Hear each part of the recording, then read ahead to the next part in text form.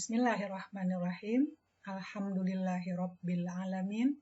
Wa bihi nasta'in innahu khairun nasirin. Wa sallallahu ala Muhammadin wa alihi tahirin. Rabbi adkhilni mudkhala sidq wa akhrijni mukhraja sidq waj'alni min ladunka sultanan nasira.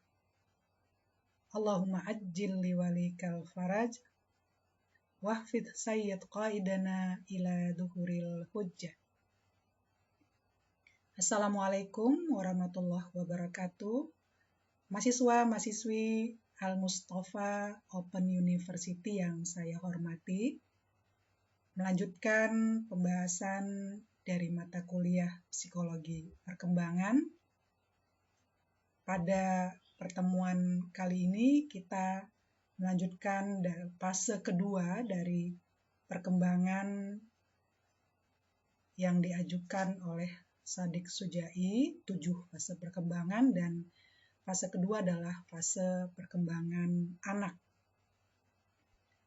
Sebagaimana disebutkan pada pertemuan sebelumnya bahwa yang diajukan dari Sadiq Sujai berupa referensi dari teks Islam, ayat dan riwayat, dan kita juga akan membahas fase perkembangan yang diajukan oleh Erikson, di mana penjelasan atau karakteristik yang disebutkan dalam referensi tersebut berdasarkan studi-studi eksperimen, ya, baik longitudinal yang dilakukan dan metode penelitian yang sesuai. Di fase kedua ini dari perkembangan anak dibagi atas 3 periode, yaitu pertama sejak kelahiran sampai 2 tahun, di mana disebutkan bahwa manusia dalam keadaan lemah, terutama ketika lahir, sebagaimana yang dikutip dari surah An-Nisa ayat 28. Di sini disebutkan a'udzubillahi minasyaitonirrajim wa khuliqal insanu dha'ifa. Manusia itu sebenarnya pada dalam keadaan dhaif, lemah, terutama ketika lahir ke dunia. Dan masa ini disebut sebagai fase menyusui, ya, kalau di Al-Quran, dan dia memiliki kemampuan persepsi yang sangat lemah. Sebagaimana dikutip dari ayat Al-Quran, surat An-Nahl ayat 78, a'udzubillahi minasyaitonirrajim, wallahu akhrajakum min butuni ummahatikum la ta'lamuna syai'a. Tidak mengetahui, dalam keadaan tidak mengetahui sesuatu ketika baru dikeluarkan dari perut ibunya. Ini dalam yang dimaksud dengan tidak mengetahui sesuatu adalah ilmu-ilmu yang berkaitan dengan pencerapan indera. Kemudian fase kedua dari perkembangan anak adalah usia 2-7 tahun. Masa ini juga disebut sebagai masa anak, sebagaimana yang terdapat dalam ayat 18 surah Asy-Syu'ara, alam nurabbika fina walida. Di sini kisah Nabi Musa, ya, Allah mengatakan, bukankah kami yang mentarbiyah engkau ketika engkau masih kecil. Dalam fase walidah itu adalah usia anak. Dan selanjutnya, masa ini anak memiliki kecenderungan yang besar untuk bermain. Fase ini juga bisa disebut sebagai fase bermain. Bermain sangat penting, ya, bagi perkembangan anak, berpengaruh positif, di mana anak belajar kehidupan, belajar segala sesuatunya melalui bermain. Dan juga kita mendapatkan referensi dalam riwayat dikatakan, da ibnaka yal'abu sab'a sinin. Di selama 7 tahun anak itu dibiarkan bermain. Bahkan orang tua juga di lingkungan diajak untuk bermain kepada anak. Dan kalaupun memang ada proses belajarnya melalui cara bermain. Sedangkan di fase ketiga dari usia anak adalah 7-12 atau 13 tahun. Fase ini merupakan fase terakhir, ya, dari perkembangan anak, yang dimulai pada fase kedua sudah dimulai ketika gigi susu tanggal. Dia memasuki fase ini, dan fase ini juga berakhir dengan selesainya pertukaran antara gigi susu dengan gigi dewasa. Nah, pada fase ini terjadi peningkatan kemampuan kognitif anak. dia akan sangat cepat dapat mempelajari segala sesuatu. Nah, pada saat ini mulailah ya anak diajarkan membaca, menulis, keterampilan-keterampilan dasar hidup, kemudian peran gender, laki-laki dan perempuan, apa yang harus dilakukan sebagai anak perempuan, anak laki, kemudian juga nilai-nilai. Nilai-nilai juga di sini anak sudah bisa mencerap ya, mana yang baik, boleh, adab. Pada fase ini adalah fase anak untuk menerima. Jadi ta'dib itu juga di fase ini. Demikian kita menyelesaikan referensi yang diajukan dalam teks Islam, dan selanjutnya kita akan membahas perkembangan sebagaimana yang diajukan oleh Erikson. Beliau juga membagi perkembangan anak itu pada 3 fase. Pertama adalah kelahiran sampai 3 tahun, kemudian 3 sampai 6 tahun, dan 6 sampai 11 tahun. Ini selesai masa anak ya. Dan pada pertemuan kali ini kita akan menyelesaikan pembahasan dari kelahiran sampai 3 tahun yang disebut sebagai toddlerhood. Perkembangan pertama selama fase 3 tahun setelah kelahiran yang paling menonjol adalah perkembangan motorik atau gerakan. Ini anak perkembangannya juga berhubungan atau tergantung pada kematangan otak dan juga pengalaman anak dan motivasinya. Kematangan otak ini akan dipengaruhi oleh gerakan motoriknya. Jadi semakin anak banyak bergerak, otaknya juga berkembang. Kemudian ini juga akan mempengaruhi perkembangan yang lainnya ya, perkembangan otak. Dan di sini juga ada persepsi juga berhubungan dekat dengan perkembangan motoriknya, di mana semakin persepsi yang dalam itu akan berkembang setelah 1 tahun ke atas ya. Jadi kalau di 0 sampai 1 itu hanya persepsi yang haptik sifatnya, yang berlompat-lompat, dan itu mempengaruhi nanti di usia berikutnya.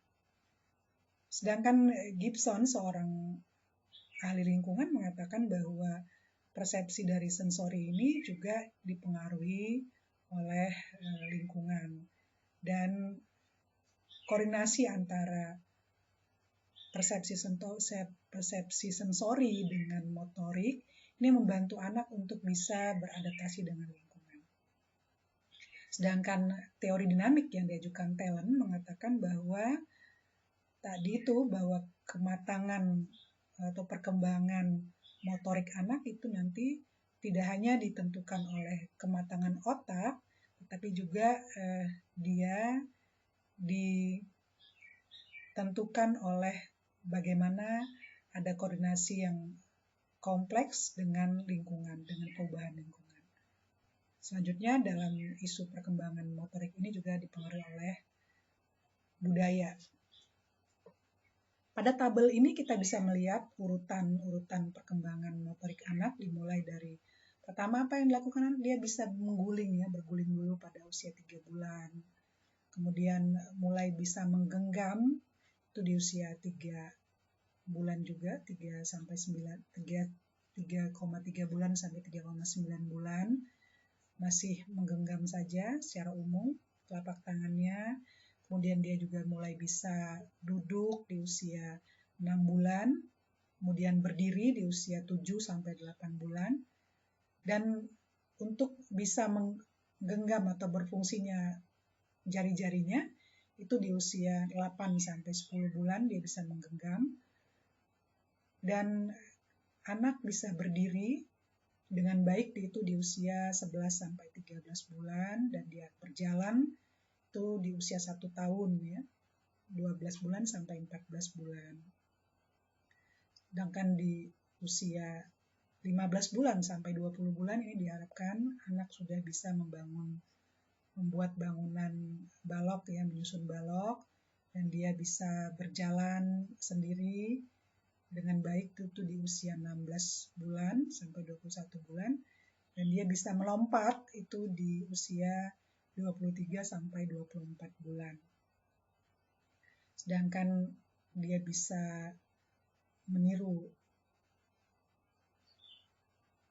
tindakan atau membuat lingkaran itu di usia 30,4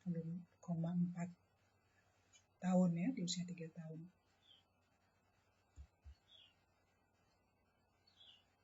Ada beberapa saran berkaitan dengan pengasuhan anak untuk perkembangan motoriknya.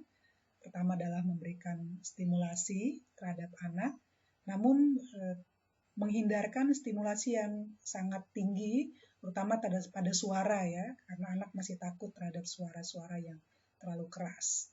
Ini perlu diberikan perlindungan ketika anak mendapatkan suara yang sangat keras. Kemudian juga bisa memberikan stimulasi yang banyak seperti buku, kemudian objek-objek yang bermacam-macam, tidak harus mahal ya, bentuk yang bermacam-macam bagi anak. Kemudian memberikan respon dari sinyal-sinyal yang diberikan anak, kita juga memberikan respon. Apakah dia menangis, dia tertawa, apapun itu sebaiknya direspon. Kemudian juga memberikan kekuatan, support bagi anak untuk berpindah, untuk bergerak dari gerakan motoriknya. Jadi bukan anak kemudian disuruh diam ya. Jadi di sini memang fasenya memang fase perkembangan motorik. Maka berikan dia kebebasan untuk mengeksplor lingkungannya, apakah melompat, apakah merangkak, gitu ya. Biarkan dia pergi kemanapun yang dia inginkan selama itu tidak berbahaya. Jadi bukan mengalihkan perhatiannya untuk melakukan eksplorasi, untuk berhenti, untuk kemudian duduk diam. Satu lagi juga yang dianjurkan adalah berbicara, karena dari mulai fase ini meskipun anak belum bisa berbicara, tapi berbicaralah kepada bayi untuk sebagai stimulasi bagi perkembangan bahasanya. Dia tidak belajar berbicara dari radio atau televisi atau film, tapi dia membutuhkan interaksi dengan native, dengan orang dewasa. Dalam bermain atau berbicara juga biarkan mereka sesuai dengan yang menjadi perhatiannya atau interestnya. Kemudian juga memberikan kesempatan kepada anak, cukup diamati dari jauh ya, tidak harus selalu dekat dengan anak. Selama dia aman, biarkan dia mengeksplorasi lingkungannya. Satu hal lagi untuk memberikan hukuman, artinya menghindarkan anak atau perbuatan-perbuatan yang tidak boleh, yang berbahaya, itu pada saat itu juga ya, karena dia tidak tahu nanti ketika dia ingin mengambil sesuatu yang berbahaya, maka itu dijauhkan, tangannya misalnya diberikan tanda bahwa ini tidak boleh.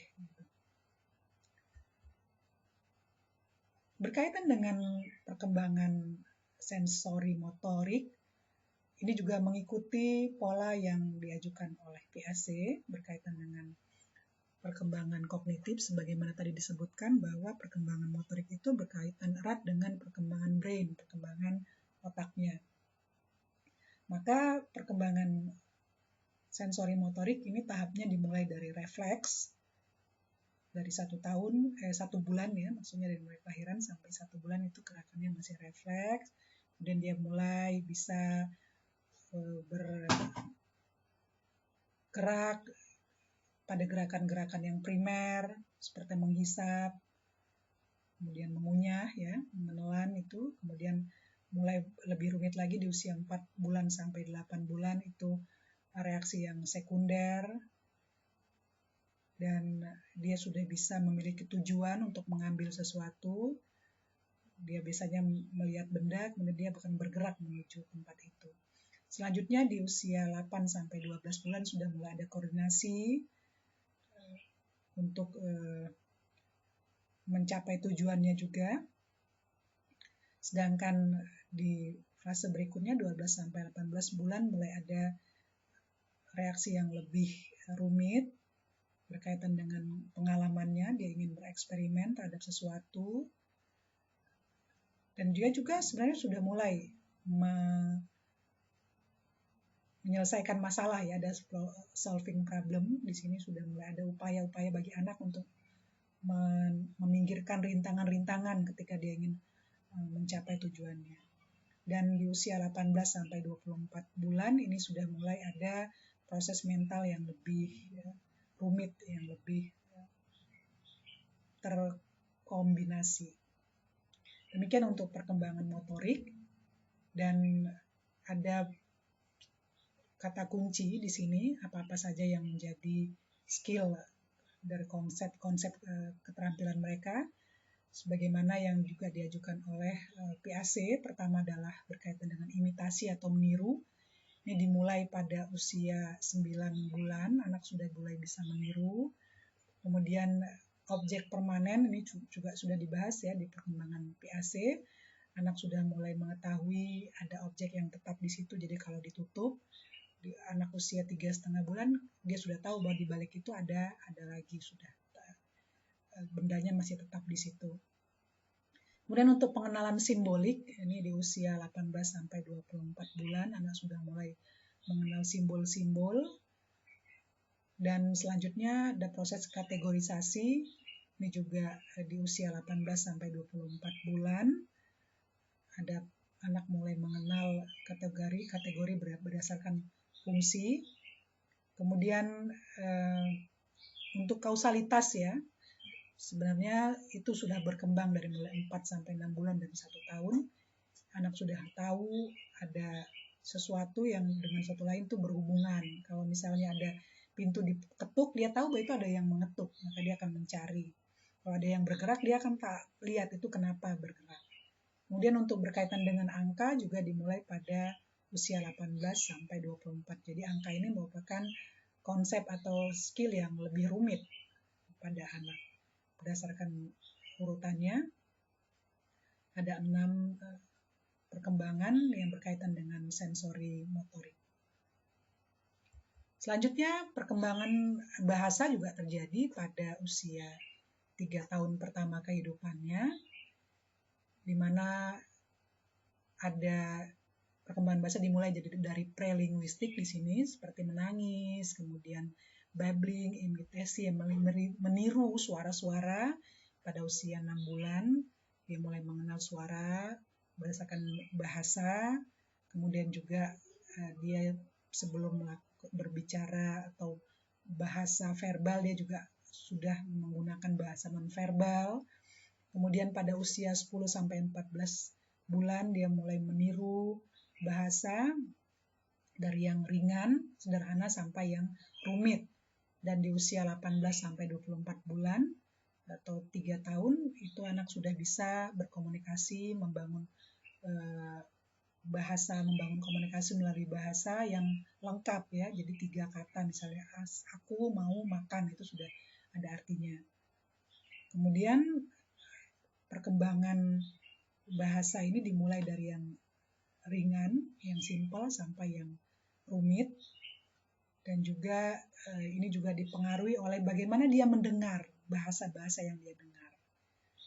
Karena itu berdasarkan teori klasik bahwa anak itu untuk belajar dia juga perlu melalui belajar konsep teori belajar dan native ya, dia juga mendengar. Selain dia belajar bahasa, dia juga berbicara sebagai native. Kemudian perkembangan bahasa ini dipengaruhi oleh kematangan otak, saraf-saraf otak, dan juga interaksi sosialnya. Kita sudah bahas pada teori psikososial pada pertemuan sebelum-sebelumnya. Kemudian perkembangan bahasa juga dipengaruhi oleh karakteristik keluarga, ekonomi, sosial, kemudian bagaimana orang dewasa menggunakan bahasa di rumahnya, kemudian respons dari lingkungan. Ini mempengaruhi perkembangan vocabulary anak. Dan pada studi anak yang menggunakan 2 bahasa, dia juga akan perkembangan bahasanya juga pada 2 bahasa ini sebagaimana perkembangan pada 1 bahasa. Dan dianjurkan langsung berbicara dengan anak ya. Ini akan mempengaruhi sangat baik secara emosional dan sosial pada anak. Selanjutnya dari perkembangan bahasa ini pada tabel kita lihat ya, perkembangan bahasa dari yang sederhana, dari mulai 1,5 bulan sampai dari mulai kelahiran ya. Di sini dilihat bahwa bahasanya dalam nangis, kemudian membuat suara baba, aa gitu ya. Kemudian dari mulai 1,5 bulan sampai 3 bulan dia mulai ketawa, kemudian mendengarkan bermain dengan suara, kemudian juga mendengar kembali di usia 5 sampai 6 bulan, 6 sampai 7 bulan dia mulai menirukan suara-suara atau bahasa yang dia dengar dari native. Selanjutnya 6 sampai 10 bulan dia mulai mengenal konsonan dan vokal di bahasa ibunya. Usia 9 bulan dia mulai mengenal gestur melalui game ya, maka di situ ada permainan ketawa, menangis, ba gitu ya untuk anak-anak. Peekaboo, permainan peekaboo itu. Kemudian di usia selanjutnya berurutan ya secara rumit, dia mulai di usia 10 sampai 18 bulan dia mulai mengucapkan satu patah kata, sampai kemudian lebih sulit lagi di usia 16 sampai 24 bulan dia sudah bisa menyebutkan 50 kata atau sampai 400 kata. Dia mengenal vocabulary-nya dan bisa menggunakan kata kerja. Selanjutnya di 18 sampai 24 bulan dia juga bisa menggunakan kalimat yang sederhana dengan 2 kalimat, dan nanti di usia 3 tahun lebih sempurna di 3 kata untuk 1 kalimat ya, lebih sempurna. Demikian perkembangan bahasa. Selanjutnya juga pada fase ini ada perkembangan psikososial. Di sini ada beberapa prinsip dasar untuk perkembangan sosial, yaitu dimulai psikososial ya, dimulai dari perkembangan yang sederhana sampai ke yang lebih rumit. Kemudian psikososialnya juga dimulai dari menangis, tersenyum, ketawa, sampai ke bahasa yang lebih lanjut ya, body language, dan sampai dia bisa pada perubahan secara psikologis. Dan perkembangan otak ini juga sangat terpengaruh, sangat dekat kaitannya dengan perkembangan emosi, karena memang saraf-saraf simpatik dan parasimpatik itu mempengaruhi perkembangan emosi ya. Nah ini kaitannya kalau menjadi catatan penting buat kita, tadi kan perkembangan motorik itu mempengaruhi perkembangan otak, dan perkembangan otak juga mempengaruhi perkembangan emosi.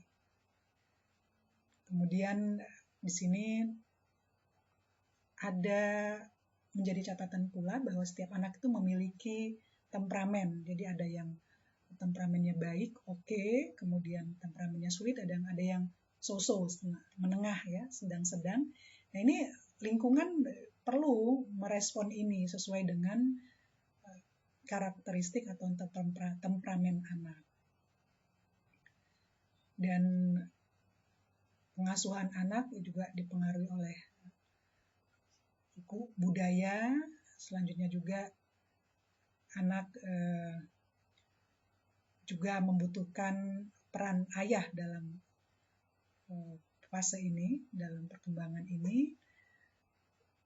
Nanti ada bahasan tersendiri sebenarnya bagaimana peran ayah dalam perkembangan psikososial anak. Selanjutnya kita akan melihat apa saja perkembangan psikososial yang diajukan oleh Erikson. Tentu saja ini juga berdasarkan penelitian. Ada beberapa perkembangan yang terjadi, disebutkan bahwa pada fase ini terbentuklah kepercayaan anak dengan lingkungan. Apakah dia percaya atau tidak, ketika dia kebutuhan-kebutuhannya direspon, maka dia akan mendapatkan kepercayaan atau dia tidak mendapatkan. Di sini juga kalau kita lihat, kita ingat ada teori Bowlby, anak akan ambivalen ya, dia ketika tidak mendapatkan sosok kelekatan yang baik, dia akan menimbulkan ketidakpercayaan. Pada fase perkembangan psikososial juga anak mulai ada ketakutan terhadap orang asing, ini hal yang biasa. Dan menarik juga bahwa bagaimana orang tua memperlakukan anak dalam perkembangan emosional ini juga dipengaruhi oleh memorinya ketika dia kecil ya, teori kelekatannya pada waktu kecil ini akan mempengaruhi bagaimana dia memperlakukan atau perkembangan dari attachment atau perkembangan kelekatan pada anaknya. Nah, di sini orang tua ibu yang mengalami depresi, kemudian kecemasan ini akan mempengaruhi perkembangan, memiliki konsekuensi pada perkembangan anaknya. Selanjutnya, dalam relasi anak dengan anak lain sebagai bentuk perkembangan psikososial, di sini perkembangannya dengan saudara sendiri, dia di sini belajar ya, kemudian ada perhatian dari saudara, ini mempengaruhi, dan juga dalam interaksi dengan yang lainnya di luar keluarga dengan anak di usia 1,5 sampai 3 tahun. Ini adalah fase anak memiliki interest terhadap anak seusianya. Kemudian catatan juga pada anak yang orang tua bekerja. Di sini disebutkan anak yang ibunya bekerja lebih dari 30 jam seminggu memiliki resiko untuk mengalami kecemasan ya, ada perpisahan di sini, dan mempengaruhi dari bentuk pengasuhan, kepercayaannya terhadap orang-orang lingkungannya. Artinya bahwa ketika anak tidak diasuh oleh ibunya, maka siapa yang mengasuhnya? Ini pergantian pengasuh yang sering juga akan berpengaruh negatif terhadap perkembangan psikososial anak, di mana dia tidak mempunyai kepercayaan terhadap lingkungannya. Berkaitan dengan kekerasan atau maltreatment atau pengasuhan yang buruk, itu ada dua. Pertama abuse, kekerasan, dan pengabaian. Yang menjadi catatan bahwa pengabaian ini lebih buruk akibatnya dibanding abuse. Disebutkan bahwa anak-anak yang mendapatkan kekerasan, dia masih punya daya tahan, membangun daya tahan, kemampuan bertahan untuk beradaptasi. Sedangkan anak yang diabaikan ini akan lebih buruk sekali ya. Pada fase berikutnya dia tidak lebih baik daripada kekerasan yang dia terima. Ini ada beberapa highlight berkaitan dengan perkembangan psikososial anak dari mulai lahir 0 sampai 3 bulan, itu mulai membuka dia terhadap stimulasi, dia siap ya mendapatkan stimulasi dari orang lain. Kemudian 3 sampai 6 bulan ini dia mulai ada kemampuan untuk mengantisipasi. Kemudian di usia 6 sampai 9 bulan ini dia mulai bermain, siap untuk bermain ya, senang. Dia juga di sini mulai ada diferensiasi emosinya. Dia menunjukkan takut, marah, surprise, ini ya, di sini terjadi. Sedangkan di usia 9 sampai 12 bulan anak mulai memiliki kedekatan atau membangun kedekatan dengan pengasuhnya. Disinilah ketika terjadi perpisahan akan memunculkan kecemasan atau ambivalen pada anak, ketidakpercayaan terhadap lingkungan ya. Kemudian di usia 12 sampai 18 bulan anak mengeksplor lingkungannya lebih banyak di sini. Kemudian di usia 18 sampai 36 bulan ini juga mulai terbentuk apa yang disebut dengan kecemasan. Dia mulai tahu ada bahaya di luar, terutama dalam perpisahan dengan pengasuh ya, dengan yang menjaga perawatnya. Seringnya perpisahan yang tidak bisa diprediksi ini akan menimbulkan kecemasan pada anak. Ini fase sensitifnya bagi anak di usia 18 sampai 36 bulan. Ketika dia banyak berpisah dengan pengasuhnya, ini akan menimbulkan gangguan dalam perkembangan psikososial anak. Berkaitan dengan temperamen, tadi disebutkan bahwa anak punya temperamen sendiri sejak dilahirkan. Di sini dibagi atas 3 golongan, ada yang easy child, kemudian ada yang anak yang sulit, difficult child, dan ada yang menengah ya, slow to warm. Dia menengah, dari mulai slow sampai yang hangat. Nah, anak-anak yang easy, dia memiliki mood yang baik, kemudian responnya juga kepada orang baik ya. Kemudian dia juga gampang tersenyum. Dia juga bisa menerima gangguan-gangguan, bisa beradaptasi dengan lingkungan lebih mudah. Sedangkan anak-anak yang sulit, ini mereka lebih banyak menangis, kemudian responnya juga negatif ya terhadap perubahan. Mereka juga memiliki ketakutan terhadap orang luar, tidak mudah berinteraksi. Di sini juga reaksi terhadap frustasi juga dia bisa tantrum. Anak ini yang ada, jadi anak-anak yang ada yang lebih mudah tantrum kepada anak-anak yang sulit ya. Nah, sedangkan anak yang so-so di tengahnya, dia makan minumnya lebih mudah dibanding anak yang difficult, namun juga tidak semudah anak yang easy child. Mengenali temperamen anak ini penting ya dalam pengasuhan, bagaimana lingkungan bisa merespon atau memperlakukan masing-masing anak berdasarkan temperamen ini. Tentu anak-anak yang difficult, ada yang sulit, itu dia juga akan cepat mengalami stres, karena itu sebaiknya dihindarkan daripada banyak perubahan. Dan di usia dewasanya juga ya, orang-orang seperti ini juga tidak mudah beradaptasi. Ini sudah menjadi bawaan. Salah satu kemungkinan pengaruhnya adalah ketika ada di dalam kandungan. Demikian yang bisa dibahas pada perkembangan anak dari mulai lahir sampai usia 3 tahun. Sekian dan terima kasih. Wassalamualaikum warahmatullahi wabarakatuh.